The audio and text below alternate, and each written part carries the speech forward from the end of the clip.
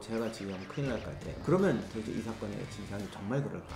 김시민이 며칠 후에 중상을 입고 병상에 누웠다가 사망하게 됩니다. 실제로 지휘권 문제 때문에 김시민이 꺼름칙했을 수도 있어요. 이때 작전의 명분이 뭐였냐는 거예요. 들어오지 마, 나가! 이게 아니고 밖에서 싸워주라. 유승인이 승복했다는 게 중요한 거죠. 수성전이란 건 절대로 성벽에서만 벌어지지 않는다. 두 번째 미스터리, 진주성의 이상한 확장입니다. 부대가 몇 개냐?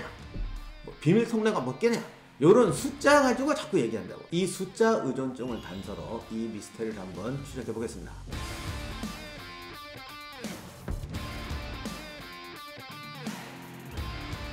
자, 성을 확장한다. 전쟁을 대비해서 성을 확장한다. 확장은 수비병을 늘리는 거예요. 왜 늘려? 당연히 많이 늘려야지. 무조건 많이 한다고 되는 게 아니고, 제가 볼 때는 이제 전쟁을 하니까 아마 주변에 있는 군현에서 진주성으로 병력을 모을 거예요. 되게 그렇게 하거든요. 그러면 진주성이 중요하니까 그 배치 계획을 다시 짰겠지. 병력도 확장하고, 그러니까 함안에서 몇 명이 온다, 어디서 몇 명이 온다, 이런 식으로 모아서 진주성에 모으자. 그랬더니 병력이 얼마가 되는구나. 그러면 성이 좀 좁은데? 그러면 확장하자. 아마 이런 코스로 됐을 겁니다. 무조건 확장하진 않으니까. 그러면 이때도 숫자가 나왔을 거 아니야. 함안에서 얼마, 진주 얼마. 다 병력 계산해서 하지. 누가 그냥 하겠어요.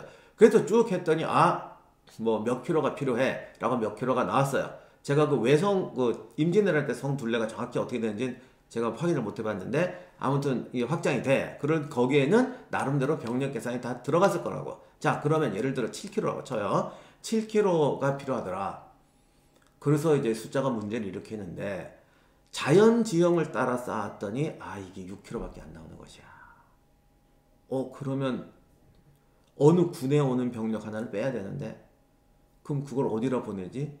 야, 정부에다 보고하는데 여기 성이 좁아서 7개 군현에서 모으기로 했는데 6개 군인만 모으겠습니다. 7개 대대를 모으기로 했는데 6개 대대만 모으겠습니다. 이러면 뭐라고 그랬어? 니들 지금 배부르냐? 우리가 지금 애들하고 싸우느냐?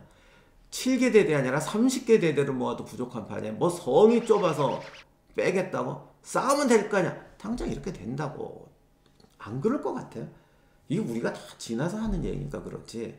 만약에 어디에다 지금 우리가 전쟁이 날지 몰라. 그래서 뭐 어디다가 병력을 배치하겠는데, 원래 군대가 표준 편제가 1개 연대가 3개 대대인데, 여기 5개 대대가 오니까 안 되겠네. 2개 대대표를 뺍시다.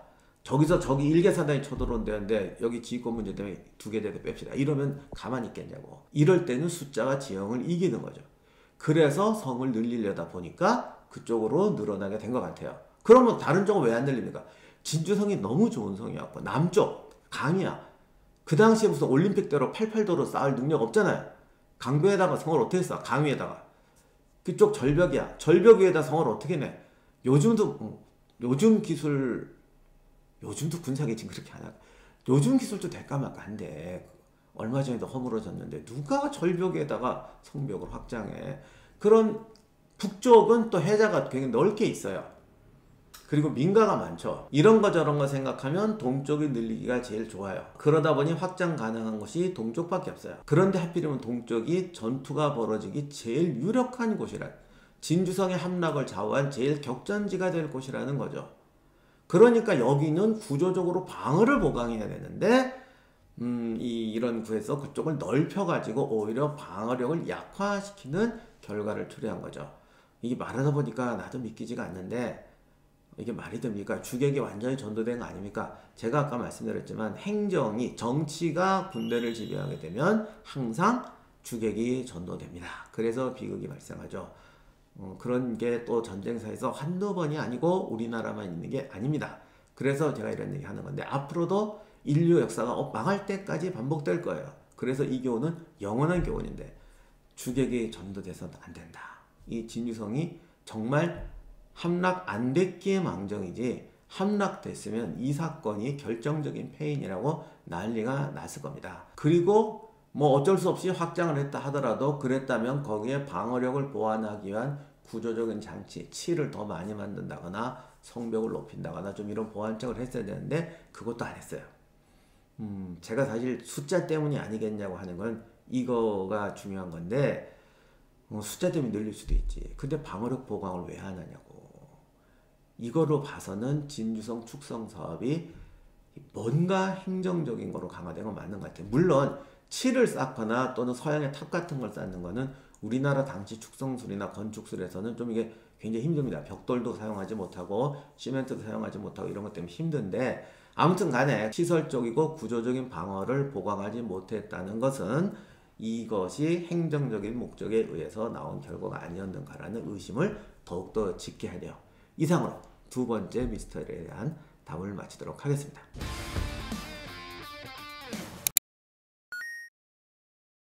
미스터리 3번 진수성 전투 개왕입니다. 본격적인 전투는 7일부터 시작이 됩니다.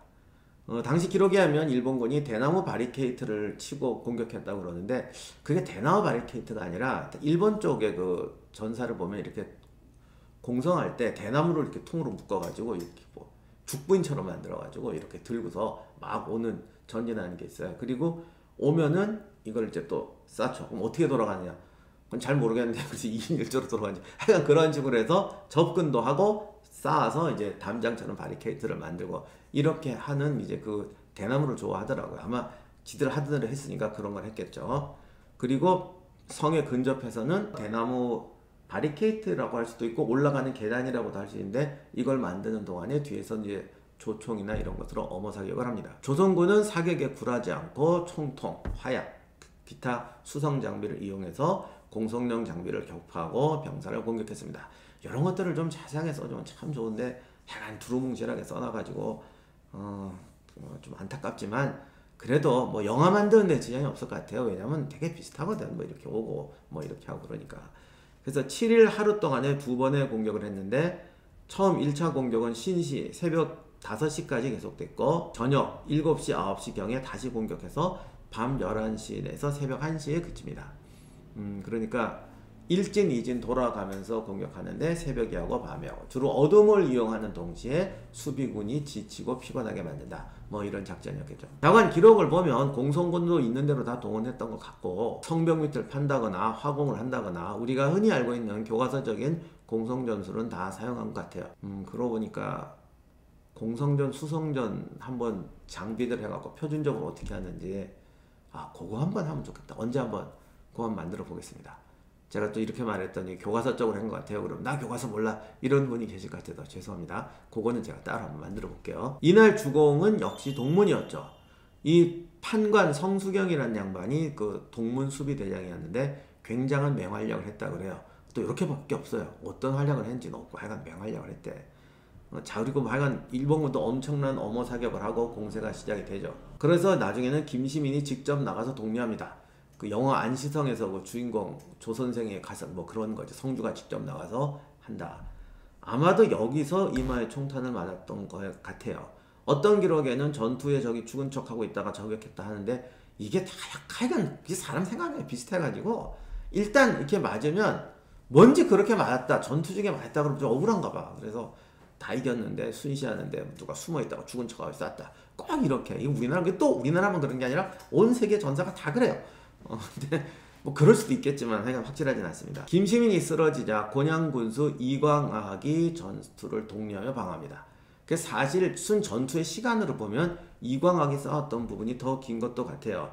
이날 하여간 맹렬한 전투 끝에 동문을 사수해야 되니까 갑자기 공격이 북문 쪽으로 바뀝니다. 이 북문은 성벽을 새로 쌓으면서 새로 만든 북문이어서 신북문이라고 했습니다. 이 북문 공격은 조선군 수비대가 동문에 몰려있는 사이에 기습적으로 쳤는지 북문 앞에 해자도 굉장히 큰데도 공략을 당해서 북문이 돌파를 당합니다.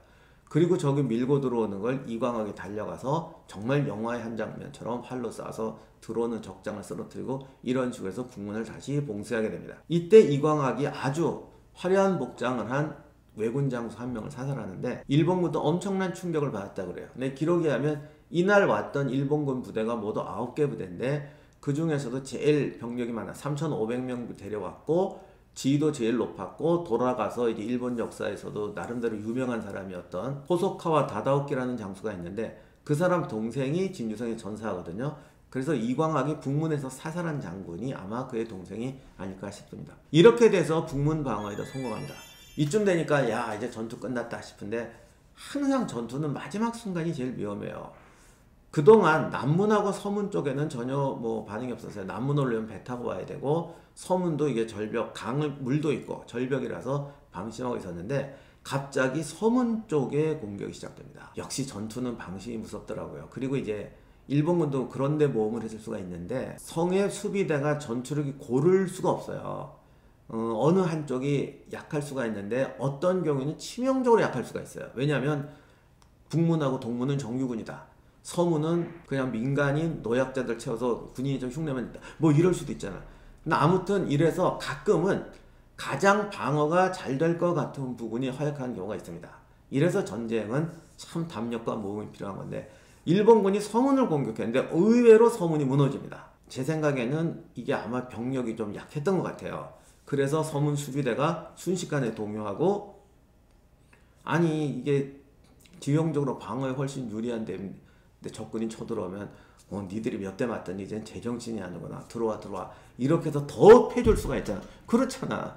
그런데 서문이 동요해버렸어요. 그거는 서문 쪽 수비대가 역시 약한 부대였던 것 같아요. 그러니까 이게 어떻게 보면 제대로 걸린 거죠. 서문 수비대가 동요하는데 이때 진주성에 살고 있던 혹은 어제 들어왔던 분인지 몰라 옛날 만호였던 그러니까 예비군 중에 계셨던 역전의 용사분께서 자기 수하들 이런 게 중요해요.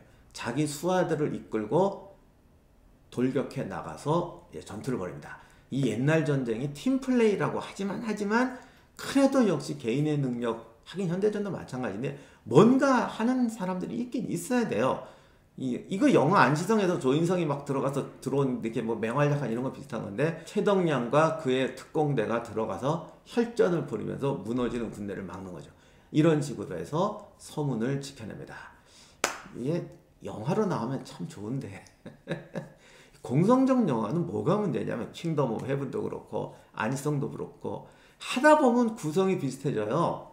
왜냐면 극적인 전투일수록 비슷하거든요. 제가 전에 한번 소개했지만 거란전쟁 때 그 기주성 전투가 킹덤 오브 헤븐 영화에 나오는 거랑 거의 비슷해. 흘러가는 맥락이 마지막에 막 이것도 비슷하고 그런 거 보면 클라이막스도 뻔하고 그러니 이게 똑같은 거 보면 사람들이 흥행이 안 되니까 사기 돈도 많이 드는데 그게 좀 안타까운데 진성 전투도 킹덤 오브 헤븐이나 안희성처럼 만들 수 있다. 그 말씀을 드리겠습니다. 아무튼 이렇게 해서 진성 전투가 승리로 끝납니다. 10일에 이번 이 총공세가 좌절되자 왜군은 퇴각합니다. 김시민 장군은 부상을 이겨내지 못하고 치료하다가 결국 사망하게 됩니다. 자, 그러면 이 전투에서 승리했던 비결은 뭘까? 진유성 수비대가 열심히 싸우고 김시민 장군이나 이광학, 판관, 성수경, 만호, 최덕량 이런 분들 그리고 준비된 특공대, 무사들 이런 사람들이 있었다는 것이 역시 승리할 수 있는 요건이겠죠. 그러나 또 지금까지 말했듯이 성벽의 구조에 치명적인 단점이 있었고 수비대가 들어오는 거는 안 들어왔고 밖에 있던 유승민 부대는 전멸했고 이런 등등 요인을 생각하면 진유성의 불리한 요건도 많았는데 그거는 어떻게 극복할 수 있었을까? 여기서 이제 하나 결정적으로 중요한 요건이 일본군이 2만 명이라고 하지만 9개 부대의 혼성부대였어요. 그리고 9개 부대 중에서도 제일 큰 부대가 호소카와의 3,500명, 그 다음 3,000명, 1,500명, 그 다음부터는 500, 100 단위가 뚝 떨어집니다. 그러니까 3,000명 단위 정도의 2개의 부대 정도가 주력인 거예요. 안에 수비대가 3,800명이라고 하는데 동문을 공격할 때 3,000명이 주력이었다 그러면 이거 수비대가 일본군이 기대했듯이 겁을 먹고 붕괴하지 않는다면 얘들이 자기 자리를 지키고 잘 싸운다면 충분히 막아낼 수 있는 구조가 되는 거죠. 이거 외에도 박재호나 최경혜나 그 외 여러 의병 부대들이 와서 주변을 이렇게 합니다. 그러면 이들을 막기 위해서 부대가 출동해야 됩니다. 많은 분들이 밖에서 싸운 부대의 공은 되게 우습게 보시는데 아니에요.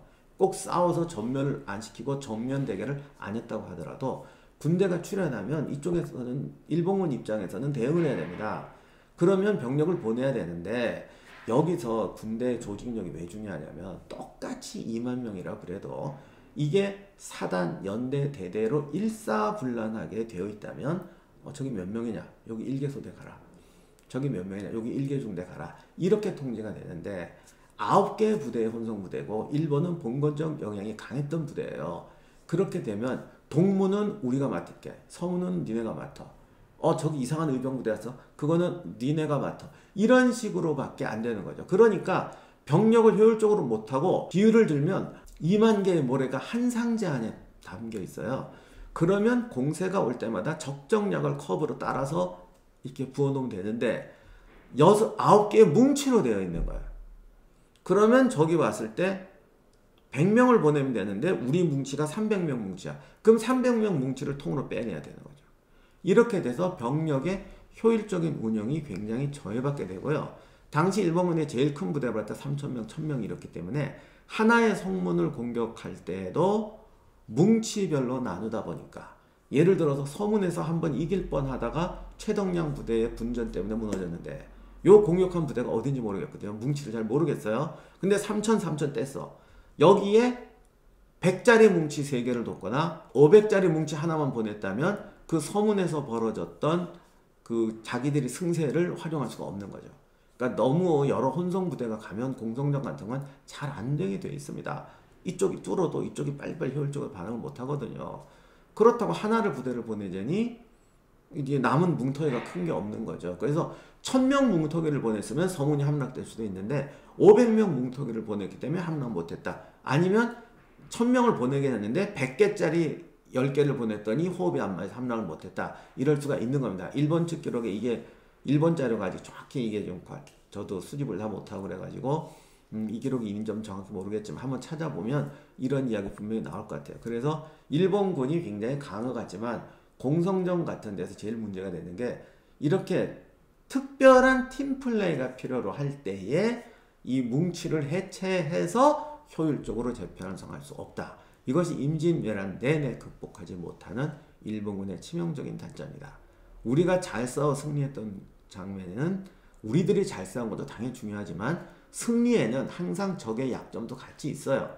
그러니까 그것도 잘 분석해야 되는데 이 일본군의 약점은 앞으로 모든 전투에서 중요하게 작용하게 됩니다. 세상 모든 군대는 다 장점이 있고 단점이 있어요. 그런데 내가 가진 장점이 적의 장점보다 크고 또는 내가 가진 단점이 적의 단점보다 작다면 전투에서는 이길 수 있는 거죠.